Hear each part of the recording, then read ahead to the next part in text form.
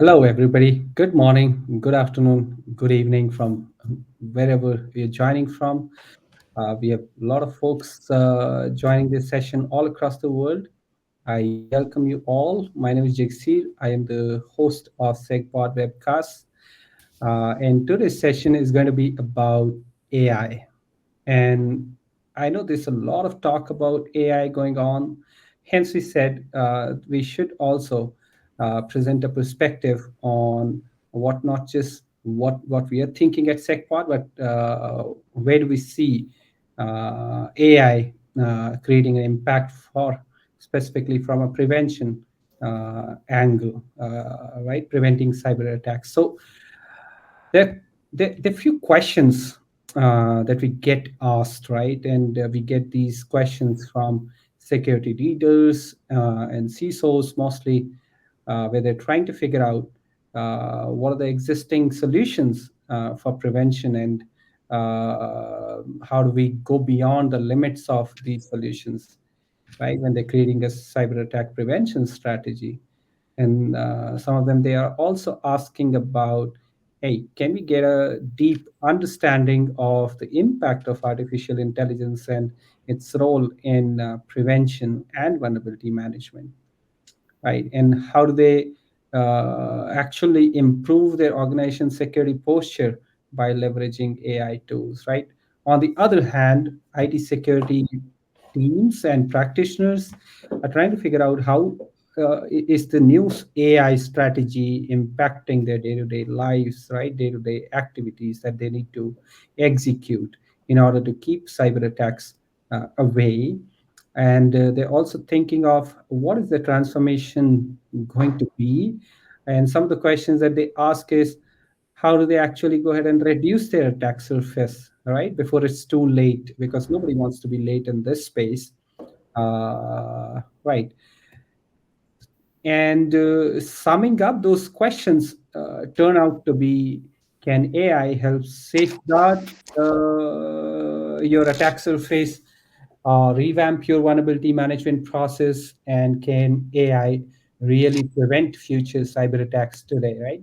And these are bold questions, these are loud questions. We get them quite often now with the AI wave, right? Transforming technologies worldwide. To discuss this topic, I have two well-known speakers, Chuck Brooks, who's a global cybersecurity leader and influencer, and then Chandrasekhar Baswana, CEO and founder of SecPod. Both of them have quite an extensive experience in cybersecurity and technology world, right? More than 20 years they've spent in the industry. Of course, there's a lot to be done, and that's where we are talking about this topic, right? So before I go into the agenda, I will invite Chuck and Chandra, if you can share a little bit about yourself to our audience and what do you think about this topic in a nutshell, right? Before we jump deeper into the discussion. All right. Sure. Thank you, Jaxir. Good morning and good evening, everyone. My name is Chandra. I'm the CEO and founder of SecPod.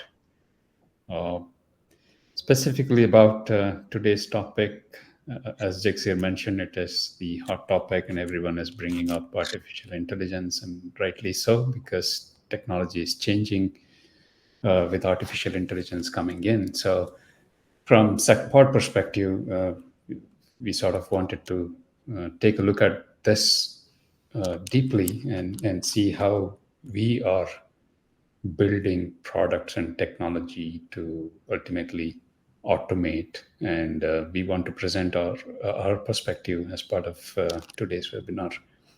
Thank you all. Over to Chuck. Yeah, thank you. It's great to be here. You're right. This is really the topic of the day, and I think we're in an inflection point in emerging technologies, particularly with artificial intelligence that's coming online, and particularly for cybersecurity. And it's a very exciting topic too, because it's needed. We have a lot of gaps and vulnerabilities. We just don't have enough people with expertise to deal with a lot of these gaps. So it's really important that we discuss this. This is also a topic I teach at Georgetown University to my students, and for a lot of areas, and particularly in risk management. and we're going to be covering a lot of that those aspects because it's a broad area. And one final thought, with artificial intelligence is it's always learning as we are too, and these kind of discussions bring a lot of light to the topic, and I think it's a global effort, and that's why I'm over here in the United States speaking about it over across the ponds, and so I think the more we talk about, the more we do, we could really find out what utilities and uses can be valuable, and also find out uh, who has a quick need for some of these solutions and how we can develop better solutions that are tailored to the need, particularly of enterprises. And we know how vulnerable enterprises are from news recently. So I'm excited to talk about this topic. Great. Sounds exciting, right? And I think usually when we think of something new, it's all complicated in our minds, right? Because we are all thinking how's it going to turn out?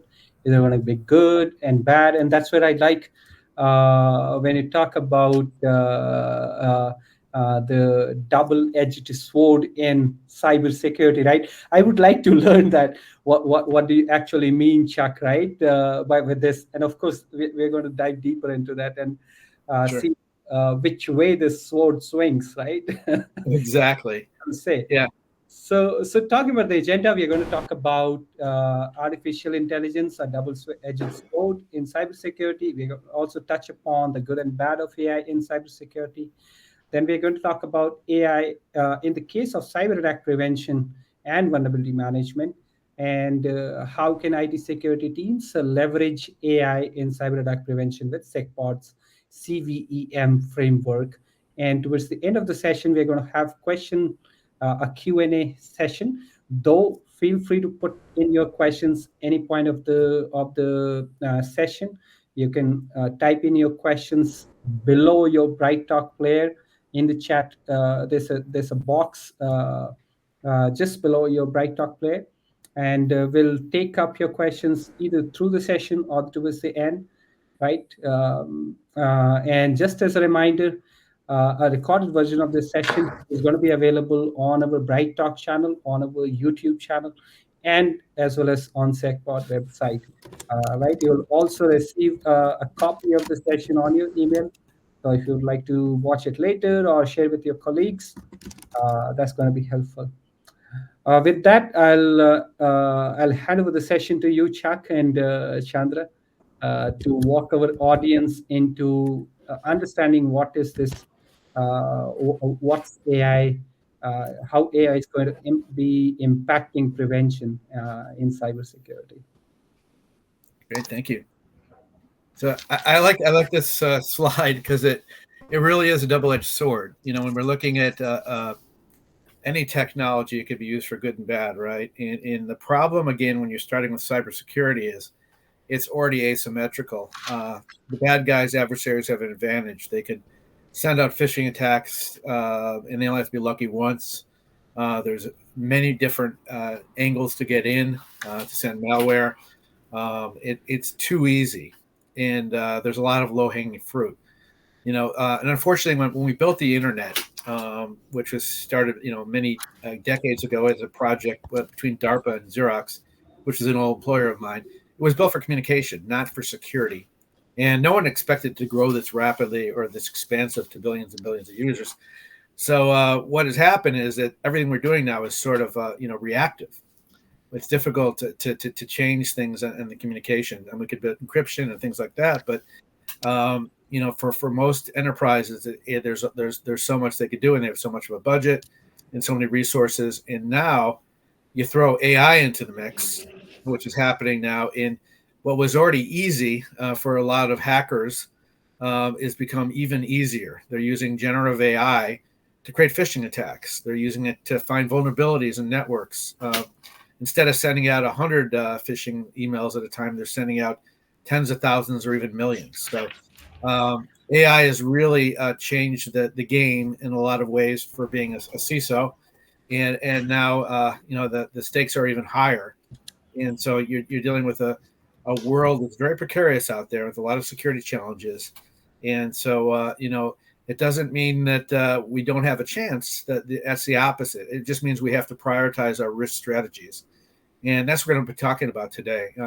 Prioritizing what you can do to make yourself less vulnerable, what you can do to have more visibility. And, just to sum up things before I get in deeper, I put together a short list of the uses of AI where I think could be very helpful for cybersecurity. And we'll talk about these, of course. And a lot of this is already going to be talked about later in some solutions. But it does do threat detection, for spam and phishing, for malware identification, for endpoint protection, spam filtering, and bot identification. And that's an interesting area too, because now you have intelligent bots with distributed denial of service attacks. They've been firewalled, and most companies have done a pretty good job, but now these intelligence bots are getting around it. So there's another issue there too. Password protection and user authentication, autonomous patching, categorization of attacks. One of the big problems of any security operations center is a lot of false positives. It takes time.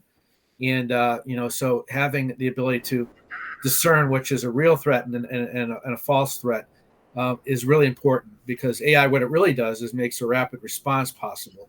And, with automating the response, you have a chance of defeating it up for the longer.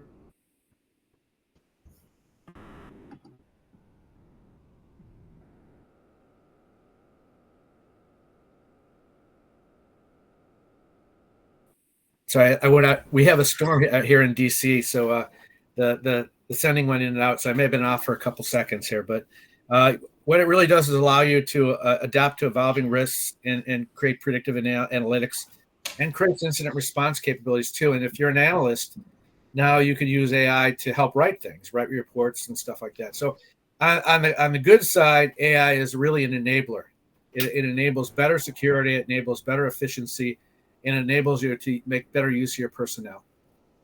Great. And next slide, please. So the good in AI, just to sort of call out these highlights, is it understand the data to predict threats. It can synthesize and correlate risk data to speed up your security processes. And it can perform advanced analytics on data to gain additional insights. They can improve and enhance automation for real-time reporting on security activities. And that last one is really the most important thing, because you really need real-time reporting to act on real-time threats. And one of the basic elements of risk is be able to have all your ducks in order, and to be able to react in the right way is critical. So you need a lot of different things, and you need particularly visibility. And with this visibility and automation combined, you're much quicker to the reaction time. So that's really important aspect of it too. And so I would say that, with one of the elements of the good for AI and cybersecurity is it does create enhanced visibility for those reasons, because it basically correlate a lot of the assets you have and give you views of them and visibility. It provides for continuous monitoring. You could platforms, you could automate the monitoring now. Before it had to be done manually, and it allows for earlier detection and response for minimizing potential damages. It's particularly valuable for threat intelligence, and that also depends on the feeds you're getting. But these platforms, they can leverage these databases and feeds and know what's out there, and half the battle is knowing what's out there so you can defend against it. So it helps you proactively identify and mitigate threats, which is great. And in the case, it's automated threat analysis, which very useful to a CISO. So you could automate not just the security alerts, but also the enable the personnel to react to things on more of a real-time basis. And finally, and not the least important thing, is that you have to have a strong incident response capability. And these platforms that we're going to discuss, provide the data and insights, so you can, if you do have a security incident, you could facilitate faster containment and remediate the threats. So I think all those key elements are really important in the good in cybersecurity. Next slide, please. So the bad, which we talked about a little bit, is the bad guys are already doing it. They're automating their cyber attacks, making it easier to execute sophisticated attacks on large scale. And what used to be done by more of the the organized criminal groups and state-sponsored groups now can be done by the amateurs. They're able to basically go use generative AI, create a really good spoof or phishing attack, and then take the basic tools that are available everywhere, especially on the dark web, and then create their own phishing attacks or ransomware attacks, which is a real problem. And it's being done because really, if you look at cybersecurity, really the primary motivation still is financial gain by hackers. And what they're trying to do is just make it easier. And the environment is difficult already because a lot of they can be hiding in a basement in some country. You wouldn't know who they were, and they could obfuscate their IP address, and it's also very difficult to enforce. A lot of the countries don't bother to enforce cybercrime. So there's a lot of possibilities there for the bad guys. And then one of the things that you're seeing now is called polymorphic malware. It's been around before, but now it's enhanced with AI. And this malware, they can evade detection by learning from the defenses and encounters and adapt to them. So that's a really scary situation when you think about it, all the money invested maybe in basically stopping malware. Then you get a malware that can morph and change itself, and they're going to use this, so I'm going to go around it by doing that. So that's another aspect of bad in AI. And then there's more. It's easy to mine personal data from all the sources. Identity theft and privacy breaches are on the rise everywhere. We all overshare. We're all on social media. We know when we're traveling. We know what sometimes we buy things, where family members are. So it's very easy for them now, particularly AI, to scan these databases and pull out information to actually create a phish or even impersonate. And you're seeing a lot more impersonation now and a lot more spoofing. And one of the other things, which is I find the most frightening, and again, it doesn't impact a lot of people, but it could. They're able to basically take your voice or video from you and recreate you and use it to either make a call to someone, say, yeah, you need to pay this money, or we have someone, we need ransomware, or you could, basically create fake news. And that's being done all over the place already too. And finally, it increases your attack surface by introducing new vulnerabilities that cyber criminals can exploit. And this is really all about the attack surface. Now, as more people are joining with Internet of Things devices and working from home remotely, the attack surface is expanding dramatically. And corporations used to be one office where it was monitored by an IT shop or a CISO, but now they've got 1,000 employees that may be working at different locations. So it's very difficult to monitor and protect. So all these things can be taken advantage of by the bad guys in cyber. Next slide.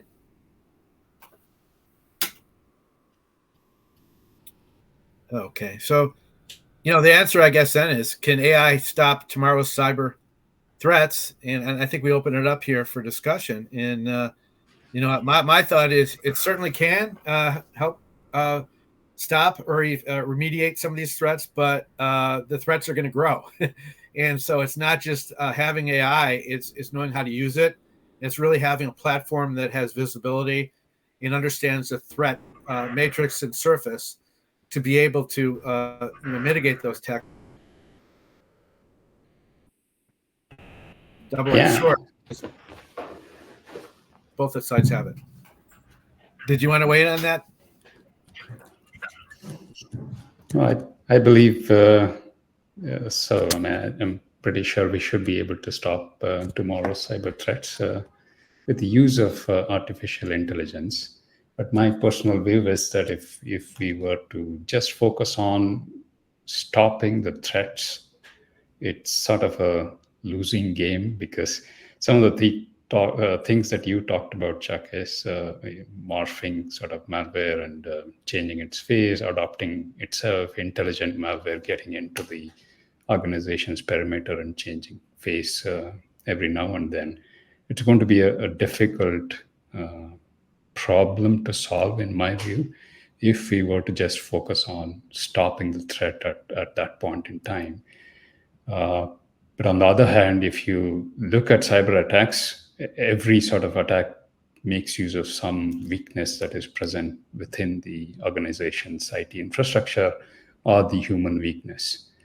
So if you change that approach slightly towards paying attention to the weakness and eliminate those weaknesses, I think it is possible to stop cyber attacks that way. And of course, I mean, we cannot say no to the stopping the cyber attacks at that point in time, but at the same time, we should pay extra attention to the weakness side and how do I identify these vulnerabilities and weaknesses that are present, and can I mitigate or remediate those weaknesses with intelligently or with the use of AI? If I can do that, I think there's significant protection or defense can be built. Yeah, that's my take. Yeah, I like that. I like that comment because I really think what you just basically stated is you really need a strategy, and it's a risk management strategy. And when you focus on that strategy, then you could correlate your solutions and your capabilities towards mitigating those risks. And I think we need to do that in our sophisticated environment, particularly with AI, because every industry and every company faces different threats. I mean, some of the universal threats, of course, but if you don't have a strategy on how you're going to go about doing it and have particularly the visibility into your networks and your surface, you're going to have difficulty developing a strategy. So what you just said is really pertinent. And, I think it can be used to stop tomorrow's threats, yes, but it can't just be done blindly. It needs to follow a path and a strategy. And I think you just said it perfectly. Yeah.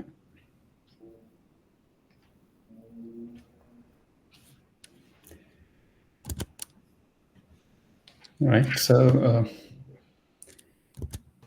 obviously, at SecPod, our focus is prevention of cyber attacks by looking at vulnerabilities and weaknesses, and that is what we're going to be talking about in the rest of the session. And so AI, to me, is sort of an automation tool to simplify the infrastructure management from cybersecurity point of view, and also eliminate that manual intervention that is really necessary to put in those hygiene practices or the right defenses. So the question should be, can machines take care of themselves? Can they implement hygiene? Can they monitor controls? Can we implement those changes if there is a particular control that is going through a change? And can it recognize some patterns and take corrective actions? So software has been immature for long, and I think with artificial intelligence coming in, and we certainly have the tool now to take it to the next level and make software autonomous. I think that is the direction that we should be looking at. And today, the reality is it is not, and there is a significant gap to reach to that goal of making software autonomous. Can computing infrastructure maintain the hygiene itself and make the corrective actions, identify the weaknesses, mitigate those weaknesses, eliminating as much as possible the manual interventions that are necessary, which requires skill and requires a number of people behind to safeguard this infrastructure. So coming to the practical problems today, specifically in the vulnerability and exposure management space, there's a lot of manual intervention because there is multiple point solutions, there is processes because of interdependency that exists between different teams. Appetite for implementing change is low because there is that fear of failure, and infrastructure is also becoming increasingly complex, and lack of skill or knowledge to operate different technologies and tools. So all of this kind of adds to the burden of establishing the cyber hygiene practice an organization would want to establish. Now, practical problems today is there are several days to discover vulnerabilities. You run a scan and goes together for weeks to identify vulnerabilities that are discovered months ago. Imagine there is a zero-day vulnerability that is exploited in the wild, and you're taking a month to just know that there is a vulnerability that is actively exploited. And that's not a good solution. And in this current age, almost useless to know that there is a vulnerability after a month or 2 months period. And this is the problem that most of the organizations are suffering or dealing with today. So one is to know that vulnerability. The other problem is not having continuous visibility that Chuck talked about. I really don't know what my infrastructure is at that point in time. So maybe the discovery scans that were run was weeks ago or months ago. So the IT infrastructure is kind of changing, and with the complexity, heterogeneous environment, different physical locations, and all of this kind of makes it very dynamic, and it is necessary to discover and know your environment almost every point in time. So it needs to be a continuous understanding of learning about the infrastructure. And once you know that infrastructure, and once you've discovered the vulnerability, and then take several months to patch and remediate those vulnerabilities, which is again a significant problem. One is to know that there is a vulnerability, but the next challenge is how do I fix that particular vulnerability in the environment? And if I'm taking 3 to 5 months to fix that vulnerability, we're not doing good. With automation, with artificial intelligence, it is easy to uncover that an organization is having that open vulnerability, and I can build a tool in almost no time to exploit that vulnerability. And sitting with a pile of backlog is not really helping that problem. The other issue that I see generally is that, as I talked about the backlogs of millions of vulnerabilities being uncovered almost regularly, but then how do I make those changes? Because of the fear of failure or tricky change implementation process, or the tool ecosystem is not really supporting to implement those changes. So this is where the problem of prioritization comes in. You don't know what to fix first versus what is that something that I can wait on.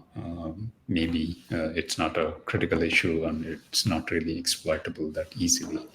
So that's the problem of prioritization. And once I have prioritized all of these vulnerabilities in some sort of segmentation of these vulnerabilities into what is the most critical one versus the least critical one, then it is about making those changes. So if you look at all of these stages, there is significant manual intervention that is required, significant complexity is involved at every layer. So these are some of the problems that organizations are facing today to effectively implement a prevention posture. And everybody wants to do it, but cannot do it for various reasons that I talked about.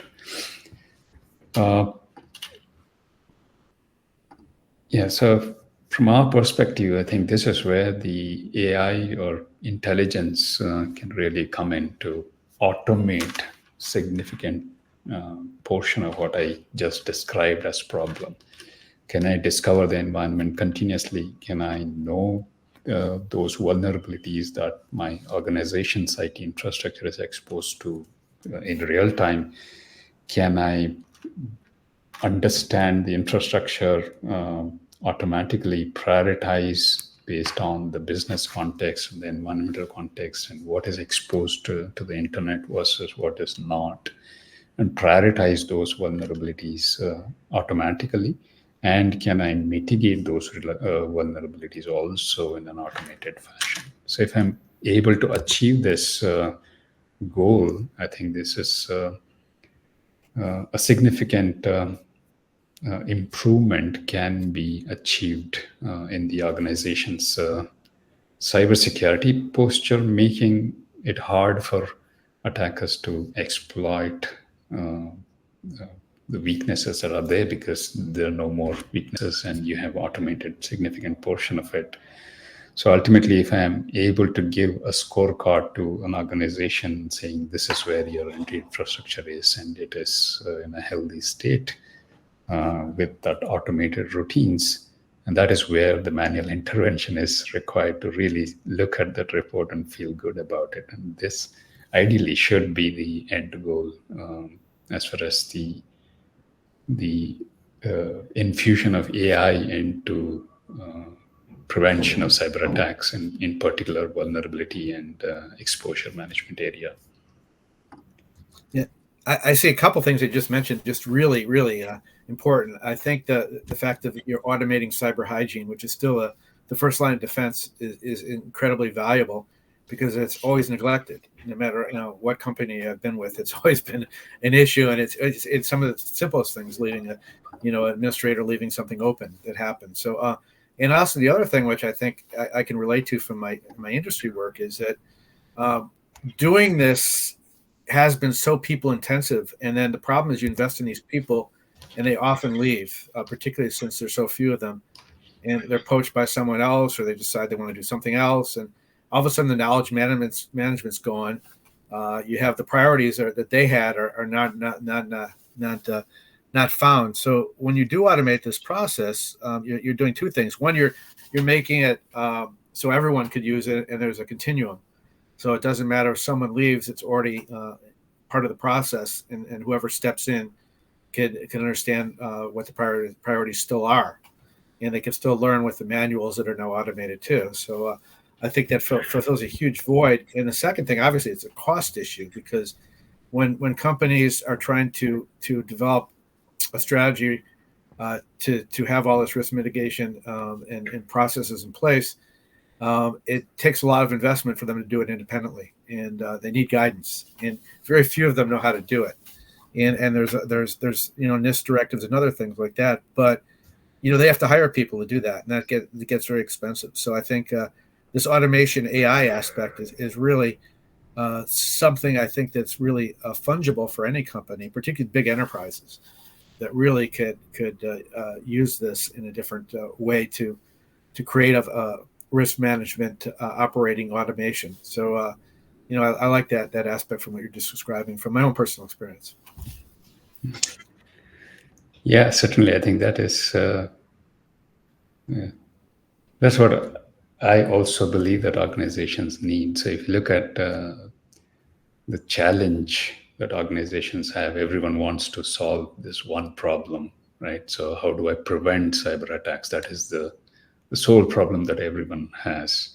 And the answer to that today is that there are 10 or 20 different products that you need to buy in from the industry, build the skill, knowledge, implement them, take several months to years to get them to some shape, and stitch them together artificially and trying to get to that desired goal, which makes it extremely impossible for most organizations to solve this one single problem.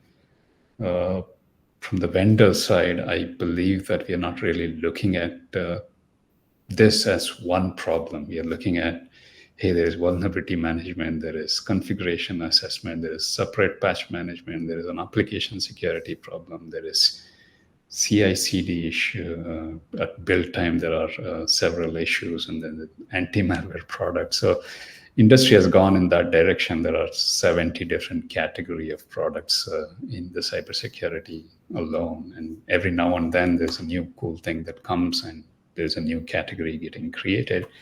Sure, that drives the innovation, but there's also a consolidation that needs to take place where people are really looking at this as one problem and trying to identify the problem. And that's where I believe artificial intelligence can really come in and try and consolidate them and make it the problem statement sort of clear, that I'm looking at solving the cyber attack prevention problem. So it provides orchestration and real-time value, is what you're basically saying, right? So yeah, exactly. I agree.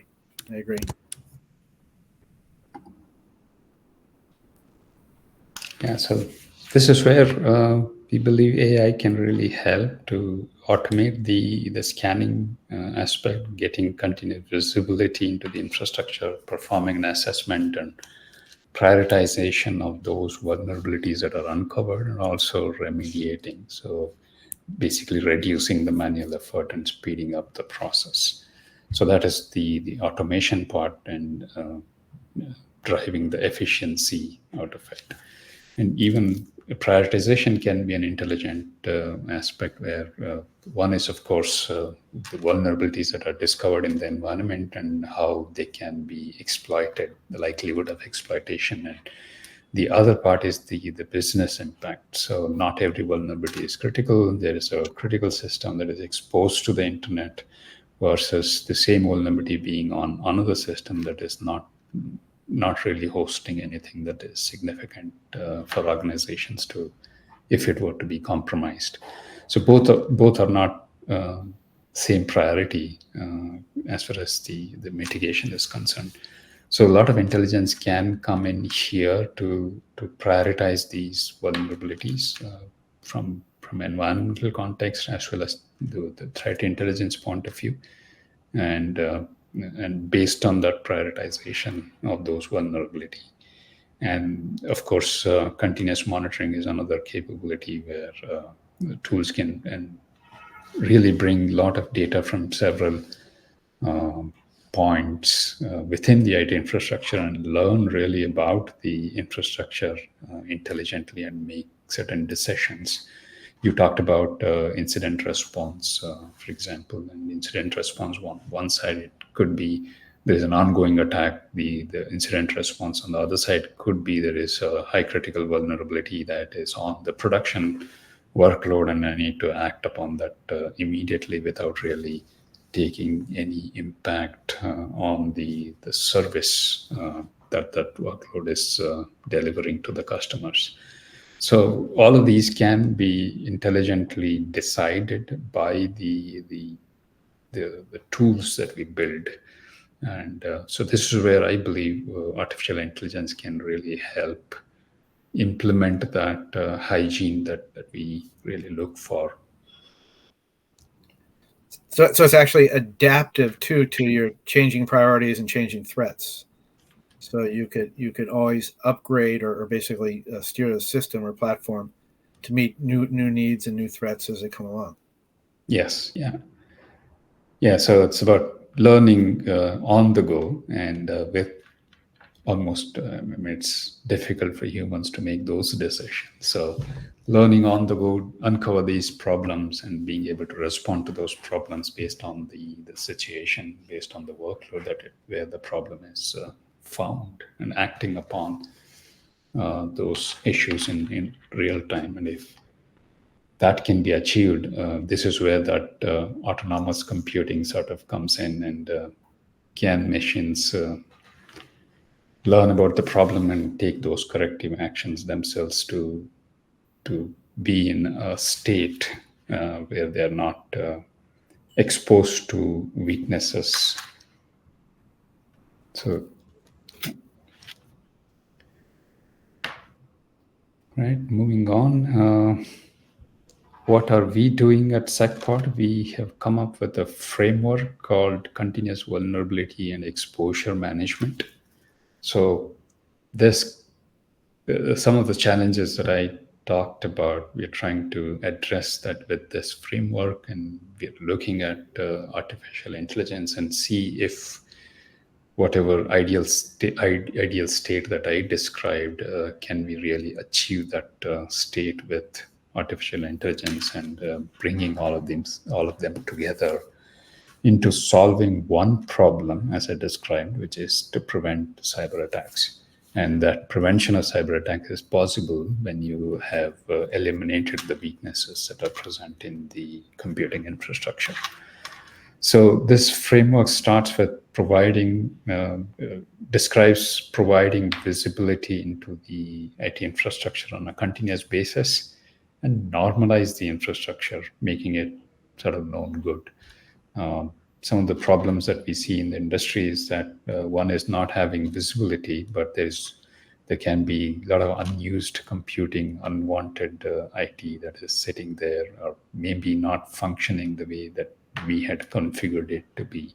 So it makes sense to get that granular visibility into the IT infrastructure and make it into a normalized state, saying this is what I need, and there's nothing more than that is present. So that's the normalization layer.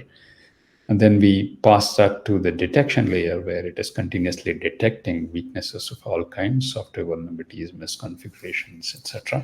Everything that an attacker would look at as a weakness to exploit those weaknesses to launch attacks. So that is part of the detection layer. And of course, prioritization needs to be performed. As I mentioned, not every vulnerability is critical, depending on where it is and how easy it is to exploit, etc. So that needs to be prioritized. So once we have prioritized, it's all about feeding that into the remediation engine, where you can go ahead and fix these vulnerabilities based on that defined priority. And can this be automated? So that is the remediation layer's objective.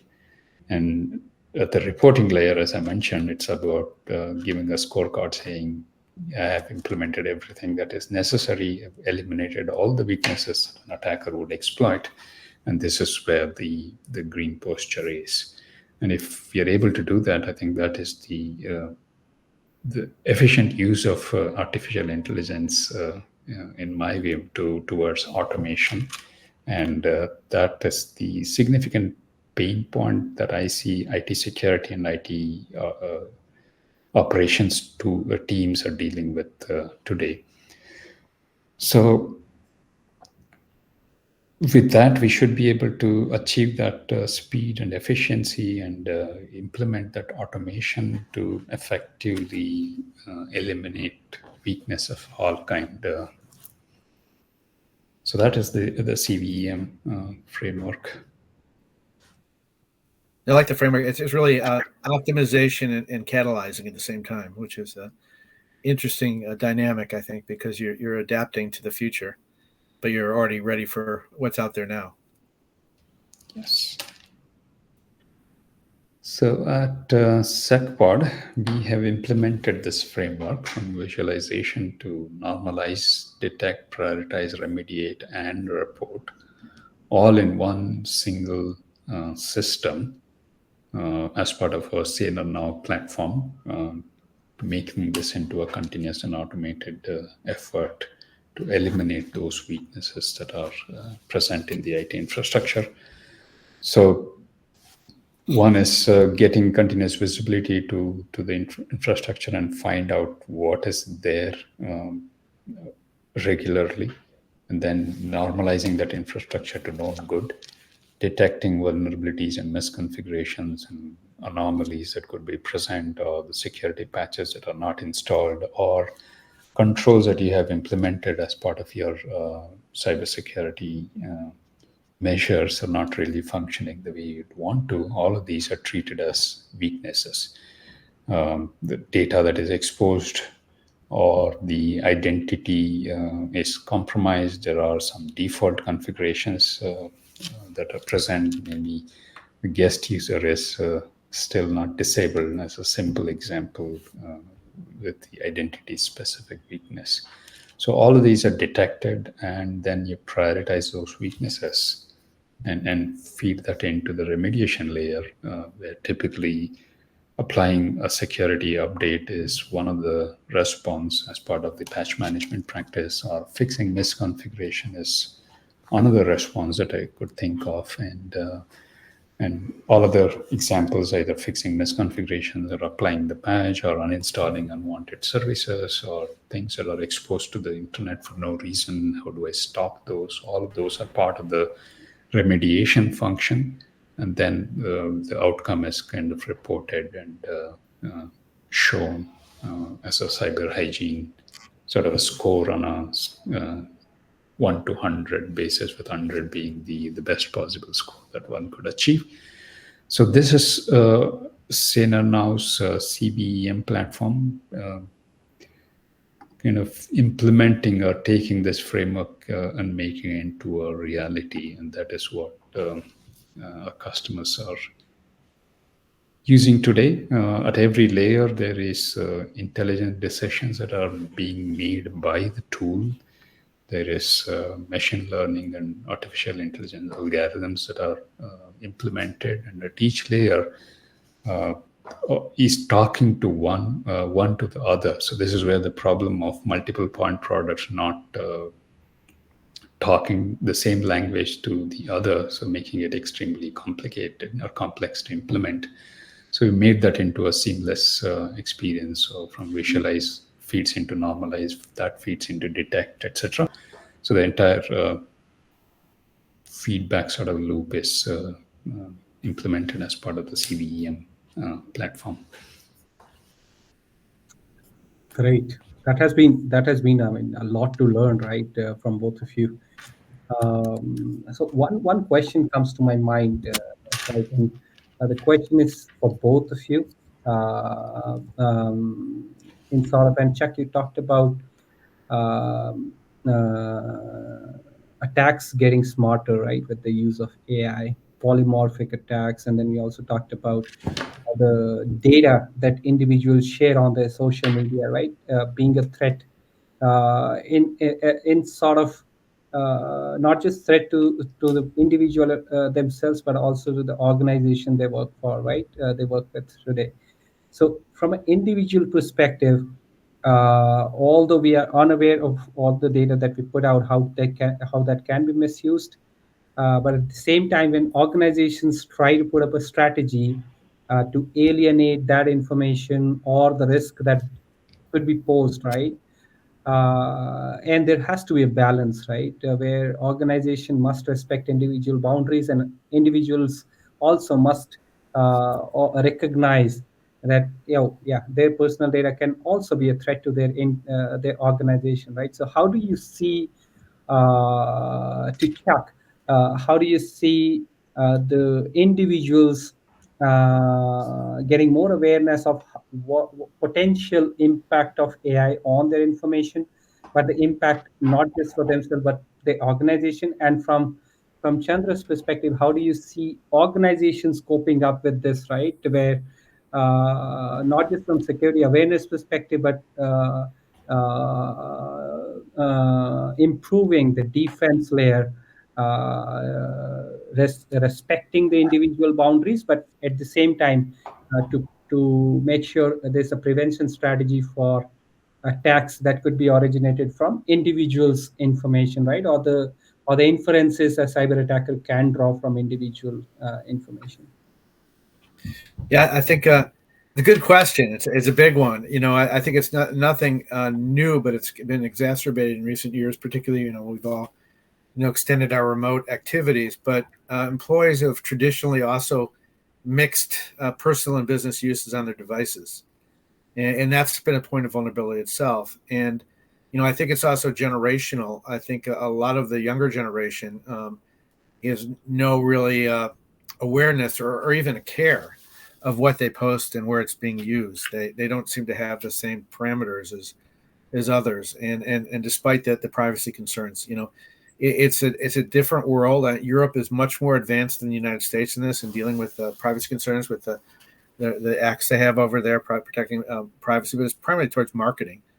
And the United States is now sort of up the game, holding corporations more responsible for at least reporting breaches and holding liability for breaches. So I think it's now really becoming more incumbent on the C-suite to instill that in employees and make it a condition of employees, because I don't see anything that's really being done, that could really persuade them. I've gone through all these trainings at many corporations and stuff, and they sort of, people just go through it, and then first thing they do is click on the fish. So, it's really difficult. The other alternative, and what you get more into is you, again, automate the cyber hygiene part of it, and that may be the only solution that I think is viable, because I think human nature is human nature, and it doesn't take a lot of people to find a one to breach. Yeah, I think certainly, I think the primary thing to do is the awareness. There is no better solution than that, to create that awareness, to ensure that that leakage sort of doesn't occur. This is a perfect example. If the information data is exposed when it is not supposed to be, tools will automatically, get that data and make inferences. So with the help of artificial intelligence now, once the data is out, it doesn't take any time for someone to build some inferences out of that exposed information. So definitely the prevention is the best possible solution here. One is through awareness, of course, but at the same time, can I build tools to ensure that such data is not being exposed even before something like that can happen? So I think we can look at that data security posture management. That's an area that is getting some interest in the recent past. So, can we prevent that data from going out into the internet when it was not supposed to be? I think it is possible to build that prevention posture. As Chuck mentioned, cyber hygiene automation, I think that is where it would come in handy. Yeah, great. I mean, I think those are good solutions, right? And I was saying, while both of you were having the discussion, I was thinking to myself, how easy would it be for a cyber attacker just to build a profile of 10 or 15 key employees, right, of an organization and continuously monitor their social media activity. And if all of them share some bad news at the same time, the inference could be something bad happened at their organization, right? And how can I then leverage that situation?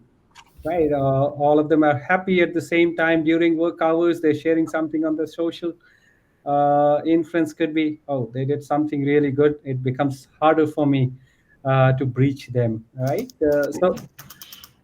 So well and good. I think awareness again and cyber first line of defense. Although I think, as both of you said, neglected most of the times, but those are the fundamental answers to most of these questions, right? Be it privacy, be it security, it lies in those, right? So, some questions from the audience we have for you is, I think the first question we have is, how can we defeat AI cyber attack with this rise of technology revolution? What's the most important points that we must focus on? Uh, Chaka, would you like to take that? And Yeah, I think that was covered a lot in this presentation. I think the answer is really you have to have a platform to automate it and orchestrate it, and those are the two ways to do it, because you can't as an individual keep up with the threats, and you need to have basically a platform that will adapt and evolve to these sophisticated threats. So you're right, the technology is getting more sophisticated and it's coming in line. Soon we'll have quantum. We're going to have 5G.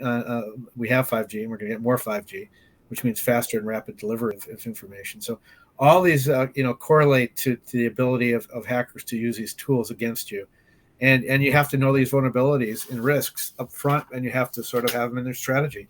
But again, it has to be a permanent strategy that's adaptive. You can't sit there and every year just hire someone and say, "Oh, take care of that and take care of this." You have to really have it continuum, and I think that's the real solution. It's something that continues, is a baseline where you can always improve it and always use it. great. Another question we have on a similar topic, right? AI itself is also vulnerable to attacks. Yeah, of course. I mean, that's something that everybody is thinking about how to handle today, right? So it may eventually increase attack surface. If this is the case, will finance sector encourage use of AI at their defense and prevention? What is the ratio of finance sector using AI versus not using? What's the possibility of a finance sector adopting AI versus saying, "Hey, we're not going to do it"? Chandra, do you want to take that up or open? Sure. Yeah. I think finance sector has been using intelligence tools almost forever, in my view. I don't think so. That's probably the sector that adopts to these artificial intelligence tools early on, and we've seen some wrong things happening as part of that as well. So there are some predictions that are made that can have significant impact on the market. So some predictions on the financial side can really create havoc across the world. So I don't think finance sector will not adopt to. I think almost everyone will certainly be adopting to the AI. Uh, so there's no going back on that.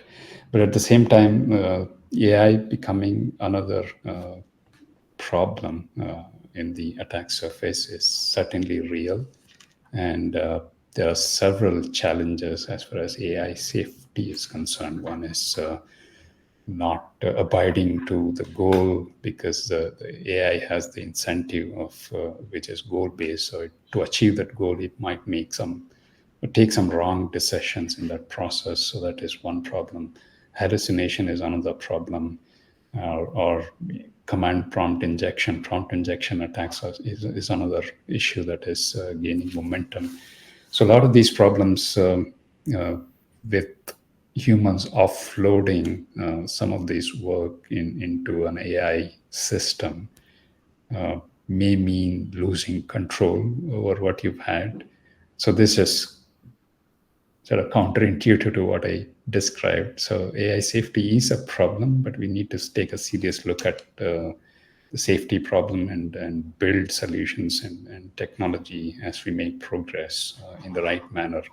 And that is where across the country there are regulations that are coming in, and almost everyone is vouching to AI safety methods that they are practicing. At least some of the larger organizations who are into AI seriously are taking that oath to build things safely. So I think things are shaping up, and I'm pretty sure, as we talked about early on in the good and the bad. So there's always going to be the bad side to the technology as we build, but we need to be optimistic and look at solving that challenge as we build. Great. I love the word optimism. So the next question, maybe for Chuck, right? Can AI give real time alerts about incidents that are going in an organization with automated remedy? If by chance IT team misses, right? If IT is going to miss, can AI pitch in and alert about ongoing alerts, right? I mean, attacks, right? And the question is pointed more towards ransomware. Yeah, I mean, it certainly can give real time, particularly upon the threat intelligence being fed into it. It needs to be continually learning because there are new threats out there, but it is the best way. It's the most rapid way to find out we have an anomaly or a threat in the system or something, someone that doesn't belong, or a device or person that's, it has a zero trust capability. So the answer to that is yes. Ransomware is a big area. It's being used for many years now because it works, and it's probably one of the primary ways that the bad guys are getting paid.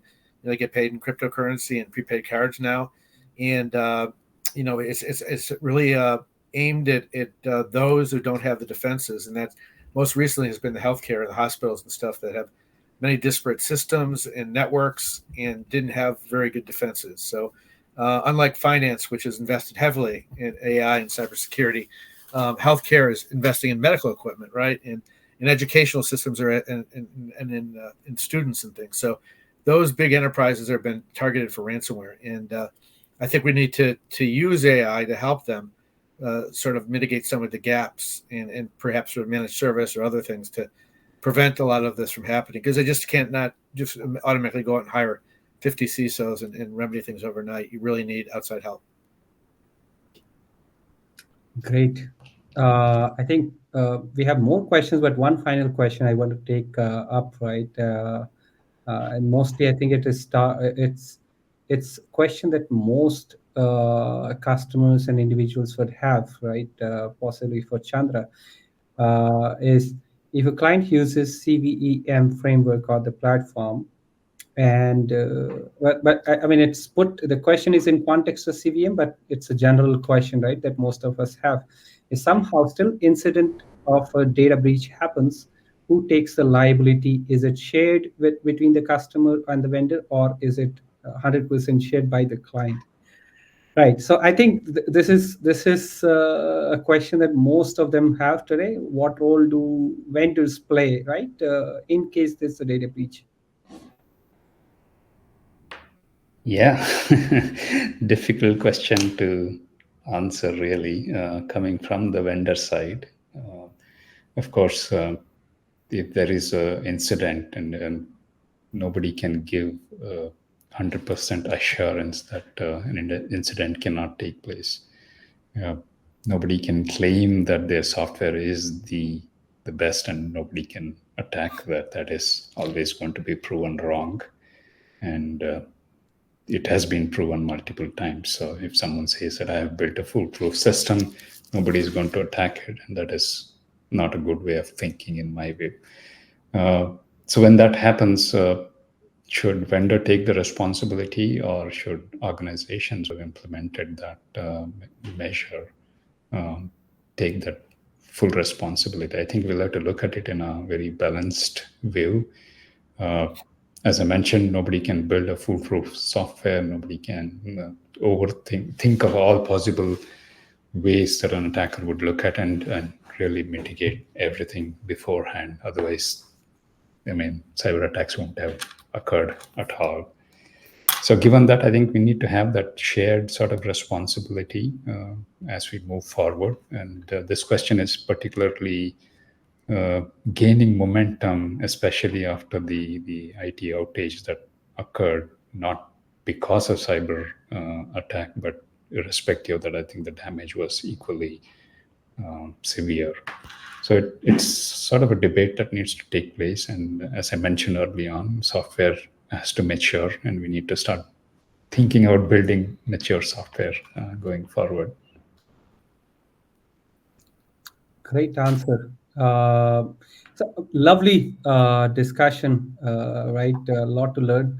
Of course, there's as Chuck said, there's so much more to do, and as AI learns, we are learning too, and vice versa, right? As we are learning, AI learns too from us. But the key takeaway from the session is most of the thought should go in prevention, because everything else is usually an afterthought. Cyber attack happens, then on everything else is activated. Prevention is what keeps cyber attacks away, right? Chuck and Chandra, thanks a lot for the discussion. For our audience, I would like to remind a recorded version of the session would be sent to your email, so you can watch it later or share with your colleagues and friends. And if you would like to learn more about the CVEM framework, as Chandra talked about, and any the solutions that SecPod currently promotes in this space, please feel free to visit our website, www.secpod.com, or you can send us an email to info@secpod.com, and we'll definitely respond. If you have any questions regarding this session, you want answers from Chuck or Chandra, you can also shoot an email to us. We'll get your questions answered from both of them. Again, thanks for being a lovely audience, and thanks for investing your time on this session with SecPod. Chuck and Chandra, really thank you. Thank you. Thank you, everyone. Take care. Take care.